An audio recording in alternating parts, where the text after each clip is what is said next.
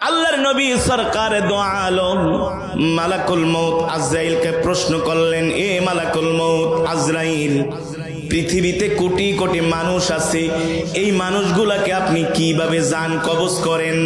কোটি কোটি মানুষ দেখা যায়, এক এক দিন লক্ষ লক্ষ কইরা মানুষ মারা যায়, হাজার হাজার মানুষ মারা যায়, আপনি কিভাবে এতগুলো মানুষকে আপনি মারেন? এত ক্ষমতা আপনি কোথায় পান? এই মানুষটা মারা যাবে আপনি কিভাবে বুঝেন? মালাকুল মউত বলে, গো আল্লাহর নবী, আরশে আজিমে আল্লাহ তাআলার একটা কুদরতি গাছ আছে। কি আছে? আরশে আজিমে আল্লাহ তাআলার একটা কুদরতি গাছ আছে। ওই গাছের মধ্যে কোটি কোটি পাতা আছে, কোটি কোটি পাতা। এক একটা পাতার মধ্যে আপনার আমার নাম লেখা আছে। শুধু আপনার আমার নাম লেখা না, আপনার আমার পূর্ণ ঠিকানা লেখা আছে। শুধু আপনার আমার পূর্ণ ঠিকানা লেখা না, আপনি আমি কতটুকুনি রিজিক খাবো সেটাও ওই পাতার মধ্যে লেখা আছে। যদি বলতে পারেন হুজুর কিভাবে লেখা আছে? আল্লাহ তাআলা কোরআনুল কারীমের মধ্যে একটা সূরা নাজিল করেছেন, সূরার নাম হলো সূরাতুল কলম। নাম কি? 29 পারায় সূরাতুল কলম। আল্লাহ তাআলা বলেন, নুন ওয়াল কলামি ওয়া মা ইয়াসতুরুন, নুন ওয়াল কলামি ওয়া মা ইয়াসতুরুন। আল্লাহ তাআলা কলমকে বলতেছেন, এ কলম লেখ লেখ লেখ। কলম বলে, আল্লাহ কি লিখবো কি লিখবো? বলে, আমার বান্দার ভাগ্যলিপি লেখ। আল্লাহ, আপনার বান্দার ভাগ্যলিপি কি লিখবো? বলে, আমার বান্দা কতদিন বাঁচবো তার হায়াতের জিন্দেগি লেখ। আমার এই বান্দা 60 বছর বাঁচবে, এই বান্দা 70 বছর বাঁচবে, এই বান্দা 10 বছর বাঁচবে, এই বান্দা মায়ের পেটেই জন্ম নেওয়ার সাথে সাথেই মারা যাবে। এ কলম লেখ লেখ। কলম বলে, আল্লাহ কি লিখবো? বলে, আমার বান্দা কতটুকুনি রিজিক খাবে আমি আল্লাহ বরাদ্দ করে দিছি। আমার বান্দার রিজিকটা তার আমলনামার ভাগ্যলিপির ভিতরে লেখা রাখ। আল্লাহ রসুল যখন এই কথা বলতে লাগলেন, সাহাবায়ে কেরাম প্রশ্ন করলেন, ওগো আল্লাহর নবী, তাহলে কি আল্লাহ তাআলা আমরা কতদিন বাঁচবো সেটা কি আল্লাহ তাআলা আগেই নির্ধারণ করেছেন? আমরা কতটুকুন রিজিক খাবো সেটা কি আল্লাহ তাআলা আগেই নির্ধারণ করেছেন? আল্লাহর নবী বলেন, হ্যাঁ, আল্লাহ কোরআনুল কারীমের মধ্যে বলছেন, ইযা জাআ আজালুহুম লা ইস্তাখিরুনা সাআতাও ওয়া লা ইস্তাকদিমুন।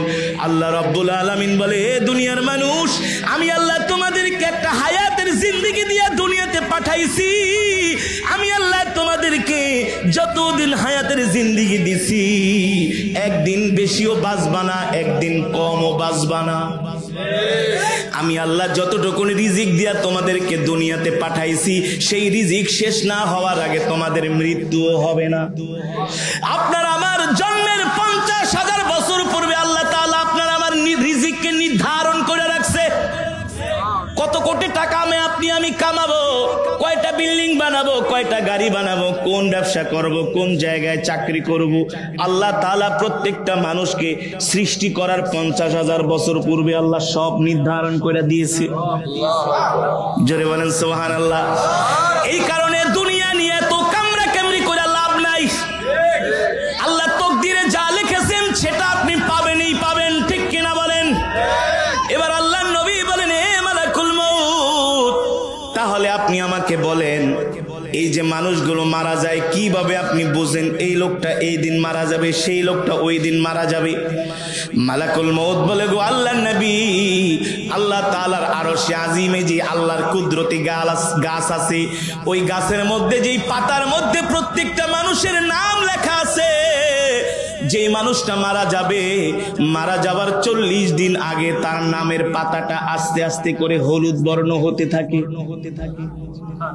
কি কতদিন আগে? কথা বলেন। এই কারণে দেখবেন যে মানুষটা মারা যায় 40 দিন আগে তার কথাবার্তার একটা পরিবর্তন চলে আসে, তার মধ্যে একটা অন্যরকম সিমটম লক্ষ্য করা যায়। যেই মানুষটা মারা যাবে 40 দিন আগে থেকে সে টেনশনে পড়ে যায়, ঠিক কিনা বলেন? সাহাবায়ে কেরাম প্রশ্ন করলেন, ওগো আল্লাহর নবী, তাহলে কি আমরা বুঝতে পারবো না যে আমরা 40 দিন আগে মারা যাব? সাহাবায়ে কেরামদেরকে আল্লাহর নবী বললেন, যদি তোমরা নেককার হও তাহলে বুঝতে পারবা। আল্লাহু আকবার। এই কারণে দেখবেন যারা জান্নাতি বান্দা, নেককার বান্দা, যারা মুমিন, তারা ইন্তেকালের আগেই বুঝতে পারে, মৃত্যুর আগেই বুঝতে পারে। সন্তানকে ডাক দিয়া বলে, বাবা রে এদিকে আয়, আমি আর বেশি দিন বাঁচবো না, আমার আর বেশি দিন হায়াত নাই, শরীরটা কেমন যেন ভালো লাগে না, যদি আমি মারা যাই আমার কবরটা ওই জায়গার মধ্যে দিবি। বাবারে অমুক ইমাম সাহেবকে দিয়ে আমার জানাজা দিবি। আর যদি সন্তান আলেম হয়, ওসিয়াত করে, বাবা তুই আমার জানাজা পড়াবি। যদি সে জান্নাতি হয় তাহলে সে সব সময় মৃত্যুর জন্য তৈয়ার থাকে, ওযু করে রেডি থাকে। ঠিক কিনা বলেন? যখন 40 দিন হয় একজন মানুষ মারা যাবে, আস্তে আস্তে করে তার নামের পাতাটা হলুদ বর্ণ হয়ে যায়, আর সে আস্তে আস্তে করে অসুস্থতার দিকে যায়। আজকে এই রোগ, কালকে সেই রোগ, আস্তে আস্তে করে তার নামের পাতাটা যখন একেবারে হলুদ বর্ণ হতে থাকে, আল্লাহর নবী বলেন প্রত্যেক দিন আজরাইল আইসা তাকে বইলা যায়, এ সাবধান হইয়া যা, তোর বাকি আছে মাত্র 39 দিন। একদিন যায়, একদিন কমে, মালাকুল মউত আইসা বলে তোর বাকি আছে আর 38 দিন, 37 দিন, 36 দিন, 35 দিন। এভাবে যখন মালাকুল মউত বলতে থাকে, দেখবেন একটা মানুষ মৃত্যুর আগে আস্তে আস্তে করে একেবারে দুর্বল হতে থাকে, তার রিজিক কমে যায়, খাবার কমে যায়, ঘুম কমে যায়, তার মধ্যে একটা অস্বস্তি, অশান্তি ভাব বিরাজ করে। দেখেন, যদি আপনাদের কোনো আত্মীয় স্বজন মারা যায় তাহলে একটু খেয়াল করে দেখেন। চিটাগং থেকে একজন ইউনিভার্সিটিতে পড়ে একজন আমার একটা ছেলে আমাকে ফোন দিয়া বলে, হুজুর আপনি যে মৃত্যু সম্বন্ধে আলোচনা করছেন, এই আলোচনাটা আমি মন দিয়া শুনছি হুজুর। বিশ্বাস করেন, আমার বাবা মারা যাওয়ার আগে আপনি যেভাবে যেভাবে বলছেন একেবারে আমার বাবার সাথে হুবহু মিলে গেছে। আমার বাবাও 40 দিন আগে আস্তে আস্তে করে দুর্বল হতে শুরু করছে, অসুস্থ হতে শুরু করছে, খাওয়া দাওয়া বন্ধ করে দিয়েছে। আল্লাহর নবী মালাকুল মউত আজরাইলকে বলে, আজরাইল তারপরে আমার উম্মতের কি হয়? ওগো নবী, এইভাবে করে যখন তার মৃত্যুর বাকি থাকে মাত্র 3 দিন, কয় দিন? 3 ইয়াউম। যখন তার মৃত্যুর বাকি থাকে 3 দিন, মালাকুল মউত তার কাছে দৈনিক 3 বার আসে। আয়েশা বলে, এ তোর বাকি আছে আর 3 দিন, 48 ঘন্টা, তুই এখনো তওবা করস নাই, আরে আর 48 ঘন্টা পরে তোর মৃত্যু হয়ে যাবে। যখন বাকি থাকে 2 দিন, মালাকুল মউত আয়েশা বলে, তাড়াতাড়ি করে তওবা কর, সাবধান হয়ে যা। তখনই দেখবেন যেই ব্যক্তিটা মারা যায় সেই ব্যক্তিটা আস্তে আস্তে করে একেবারে খাওয়া দাওয়া ছেড়ে দেয়, আস্তে আস্তে করে একেবারে সেই বিছানায় পড়ে যায়। আল্লাহর নবী বলেন, যারা জান্নাতি নেককার তারা বুঝতে পারে দুনিয়ার জমিন থেকে তারা চলে যাবে। নেককার মানুষেরা মৃত্যুর 40 দিন আগে তারা আরো বেশি করে তাদের নেক আমল বাড়ায়া দেয়। মানুষদেরকে দেখলে ডাক দেয়, ভাই এদিকে আয়, আমাকে ক্ষমা করে দিস। যদি কারো সাথে কোনো লেনদেন থাকে আগেই লেনদেন চুকিয়ে নেয়, আগেই পাওনা দাওনা চুকায় নেয়। ঠিক কিনা বলেন? আত্মীয় স্বজনদেরকে ডাক দিয়া বলে, এ ভাই আমাকে ক্ষমা করে দিও, জানি না কোন দিন মারা যায়। ঠিক কিনা বলেন? আল্লাহর নবী সরকারে দো আলম, ইমামুল আম্বিয়া, সাইয়্যিদুল মুরসালিন, খাতামুন নবীন, আল্লাহর নবী রাহমাতুল লিল আলামিন বলেন, যখন আল্লাহর নবীর ইন্তেকাল হয়ে যাবে, আল্লাহর নবী সরকারে দো আলম আম্মা জান আয়েশাকে ডাক দিলেন, ইয়া আয়েশা তাল, আয়েশা এদিকে আসো, আমার মিসওয়াকটা দাও। আম্মা জান আয়েশা বললেন, ওগো আল্লাহর নবী, আপনার মিসওয়াক কেন দিব? আল্লাহর নবী বলে, আয়েশা একটু পরে আমার ইন্তেকাল হয়ে যাবে, মালাকুল মউত আমার কাছে আসবে, আমি মৃত্যুর জন্য তৈয়ার হচ্ছি। আল্লাহর নবী সুন্দর করে মিসওয়াক করলেন, আল্লাহর নবী সুন্দর করে মিসওয়াক করে শুয়ে পড়লেন। ডাক দিলেন, আইনা আবি বকর, এ আমার আবু বকর কোথায়? আমার আবু বকরকে ডাক দিয়ে নিয়ে আসো। হযরত আবু বকরকে ডাকা হলো। আল্লাহর নবী হযরত আবু বকরের হাত ধরে কান্না করে দিলেন, আবু বকর আমার ইন্তেকাল হয়ে যাবে, একটু পরেই মালাকুল মউত আমার সামনে এসে হাজির হবে। এ মালাকুল মউত, এ আবু বকর, মালাকুল মউত একটু পরেই এসে আমার কাছে হাজির হয়ে যাবে, আমি এই দুনিয়া ছেড়ে চলে যাব। এ আবু বকর শোনো শোনো, তুমি আমার সাহাবীদেরকে দেখা রাখো আবু বকর। ও আবু বকর, আমি আমার সাহাবীদেরকে ছেড়ে চলে যাচ্ছি রে আবু বকর। সাইয়েদনা আবু বকর এই কথা শুনে আল্লাহর নবীর কপাল মোবারকে একটা চুমু দিলেন। আল্লাহর নবীর কপাল মোবারকে চুমু দিয়া হযরত আবু বকর কান্না কইরা দিলেন। আল্লাহর নবী ডাক দিয়া বলে, আবু বকর কান্না করবেন না, আবু বকর কান্না করবেন না। ও আবু বকর, এই মৃত্যু মুমিনের জন্য কোনো কষ্টের কারণ না, এই মৃত্যু হলো মুমিনের জন্য একটা হাদিয়া। তুহফাতুল মুমিন, মৃত্যুটা হলো মুমিনের জন্য হাদিয়া। কারণ আল্লাহ তাআলার সাথে মুমিনের সাথে সাক্ষাতের দেয়াল হলো মৃত্যু। ঠিক কিনা বলেন? যখন মৃত্যু হয়ে যায়, রবের সাথে আর তার বান্দার সাথে সাক্ষাতের আর কোনো বাধা থাকে। এই কারণে মুমিনরা মৃত্যুকে ভয় পায় না, আর জাহান্নামীরা মৃত্যুকে ভয় পায়। কেন ভয় পায়? বলে এত কষ্ট করে টাকা পয়সা কামাইলাম, মরে গেলেই তো শেষ। এত সুন্দর বাড়ি, এত সুন্দর গাড়ি, এত সুন্দর নারী, মরে গেলেই তো শেষ। কিন্তু যারা মুমিন তারা মৃত্যুকে ভয় পায় না, কারণ মুমিন ইন্তেকাল করলে তার জন্য আল্লাহ জান্নাত রেডি করে রাখে। ঠিক কিনা বলেন? এবার আল্লাহর নবী সরকারে দো আলম সাহাবায়ে কেরামদেরকে বলেন, ও সাহাবীরা, যখন মালাকুল মউত একজন বান্দার কাছে আসে, আল্লাহ তাআলা মালাকুল মউতকে নির্দেশ দিয়া দেয়, এ মালাকুল মউত, আমার ওই বান্দার জান কবজ করার জন্য তুমি যাইতেছো। শোনো শোনো, এই বান্দা হলো আমার পেয়ারা বান্দা, এই বান্দা হলো আমার আদরের বান্দা, এই বান্দা হলো আমার মুমিন বান্দা।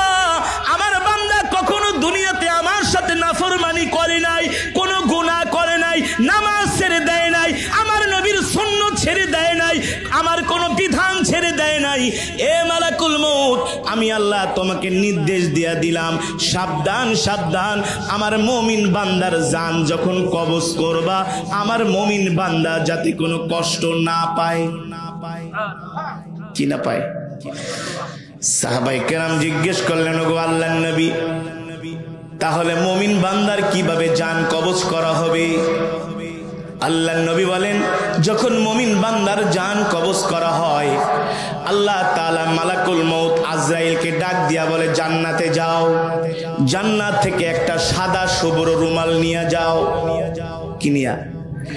জান্নাত থেকে একটা সাদা শুভ্র রুমাল নিয়ে যাও। আর জান্নাতের মধ্যে একটা খুশবু আছে, সেই খুশবুর নাম হলো রাইয়ান। কি নাম?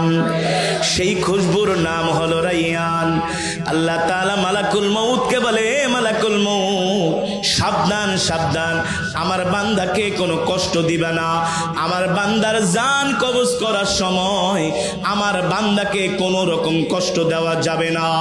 এ মালাকুল মউত, আমার বান্দার জানটা এমন ভাবে কবজ করবা যেন আমার বান্দা মনে করে তার মায়ের স্তনের দুধ পান করতে করতে ঘুমিয়ে যাচ্ছে।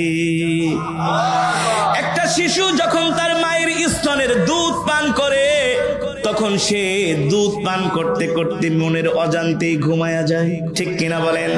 যখন মালাকুল মউত জান্নাত থেকে একটা সাদা শুভ্র রুমাল নিয়ে আসে, জান্নাত থেকে একটা খুশবু নিয়ে আসে রাইয়ান, এই খুশবুটা এনে রুমালের মধ্যে লাগায় দেয়।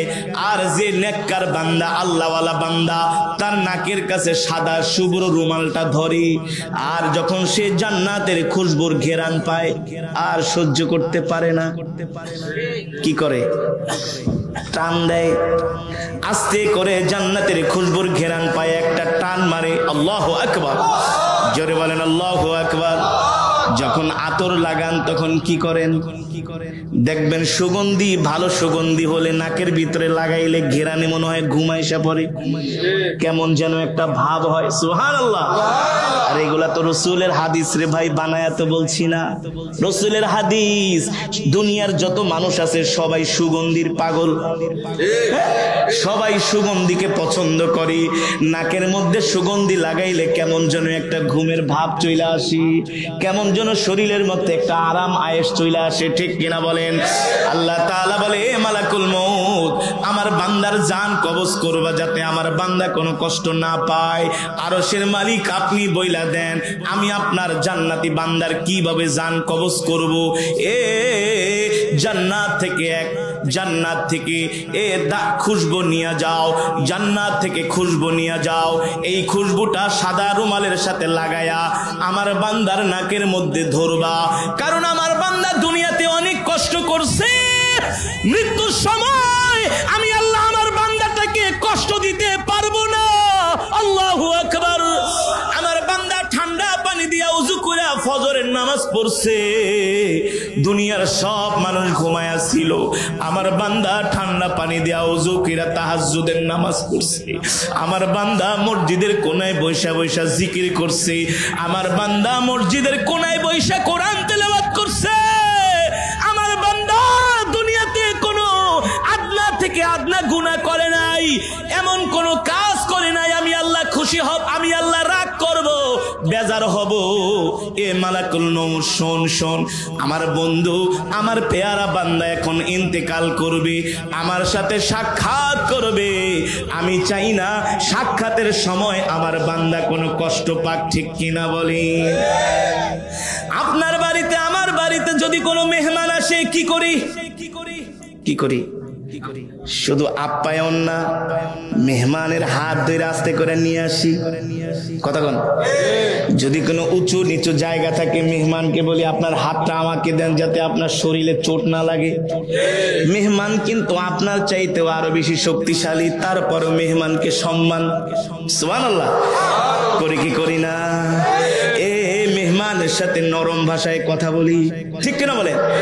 সালামু আলাইকুম, কেমন আছেন বিআই সাহেব? কোমল ভাষায় নরম ভাষায় বিয়ের সাথে কথা বলি, কারণ বিয়ে আমার মেহমান। অনেকদিন পরে বিয়ের বাড়িতে আসছে, কোনো কষ্ট দেওয়া যাবে না, ঠিক কিনা বলেন? বিয়ের জন্য অনেক আইটেমের খাবার রান্না করা হয়। ও যুবক ও মুসলমান, আমি আপনাদেরকে কিভাবে বুঝাবো? যারা দুনিয়ার জমিনে আল্লাহর গোলামি করে তারা হলো আল্লাহর মেহমান। আল্লাহু আকবার। তারা হলো আল্লাহর মেহমান। আল্লাহ তাদেরকে কোনো কষ্ট দিতে পারে না, ঠিক কিনা বলেন? এই কারণে মালাকুল মউতকে বলে দেয়, সাবধান, আমার মেহমানকে ন্যূনতম কোনো কষ্ট দেওয়া, আমার মেহমানের রূহটা সম্মানের সাথে বের করে আমার কাছে নিয়ে আসবা। সুবহানাল্লাহ। আরো জোরে বলেন সুবহানাল্লাহ। এবার মালাকুল মউত জান্নাতি বান্দার কাছে আয়েশা বলে, ইয়া আইয়াতুহান নাফসুল মুতমাইন্না, ইয়া আইয়াতুহান নাফসুল মুতমাইন্না, ইরজিই ইলা রাব্বিকি রাদিয়াতাম মারদিয়া, ফাদখুলি ফি ইবাদি ওয়াদখুলি জান্নাতি। এ জান্নাতি আত্মা বের হয়ে আয়, এ আল্লাহর পেয়ারা বান্দার আত্মা বের হয়ে আয়, এ আল্লাহর পেয়ারা বান্দার আত্মা বের হয়ে আয়। আল্লাহ তোমার উপর খুশি, তুমিও আল্লাহর উপর খুশি। আল্লাহু আকবার। তোমার রব তোমার উপরে খুশি, আর তোমার রব তোমাকে জান্নাতের মধ্যে এমন নিয়ামত দিবে, নিয়ামত দেখা তুমিও হবে খুশি। সুবহানাল্লাহ। বের হইয়া আয়, বের হইয়া আয়। ইরজিই ইলা রাব্বিকা রাদিয়াতাম মারদিয়া। তুমি তোমার রবের সন্তুষ্টি অর্জন করছো, এবার তুমি তোমার রবের কাছে আসো, রবের কাছে আসো। এই কথা যখন মালাকুল মউত বইলা তার থুতনির কাছে, নাকের কাছে যখন জান্নাতের শুভ্র রুমালটা ধরে আস্তে কইরা জান্নাতের খুশবু ঘেরান পাওয়ার সাথে সাথে এক টান দিয়া ঘুমায় যায়, একটা মুস্কি হাসি দেয়। সুবহানাল্লাহ। এই কারণে দেখবেন জান্নাতি মানুষরা ইন্তেকালের সময় মুস্কি মুস্কি হাসে, কি হাসে না? তাদের কপাল ঘেমে যায়, তারা অস্থির হয় না। পাশে থাকলে বলে আমাকে কালেমার তালকিন দাও, আমার পাশে বসে সূরা ইয়াসিনের তেলাওয়াত করো। আকাশের দিকে আঙ্গুল তুলে বলে এক আল্লাহর প্রতি আমি ঈমান আনছি। আল্লাহু আকবার। সেই রবের কাছে ফিরে যাচ্ছি। ছেলেদেরকে বলে যদি সন্তানরা নেককার হয়, তোমরা কান্নাকাটি করো না। বলে কি বলে না? তোমরা কান্নাকাটি করো না, আমার পাশে বৈশা ইয়াসিন সূরার তেলাওয়াত করো, আমাকে কালিমার তালকিন দাও। আর শোনো শোনো, আমার ইন্তেকালের পরে দেরি করবা না, অল্প সময়ের মধ্যে আমাকে কবর দিয়া দিবা। ঠিক কিনা বলেন?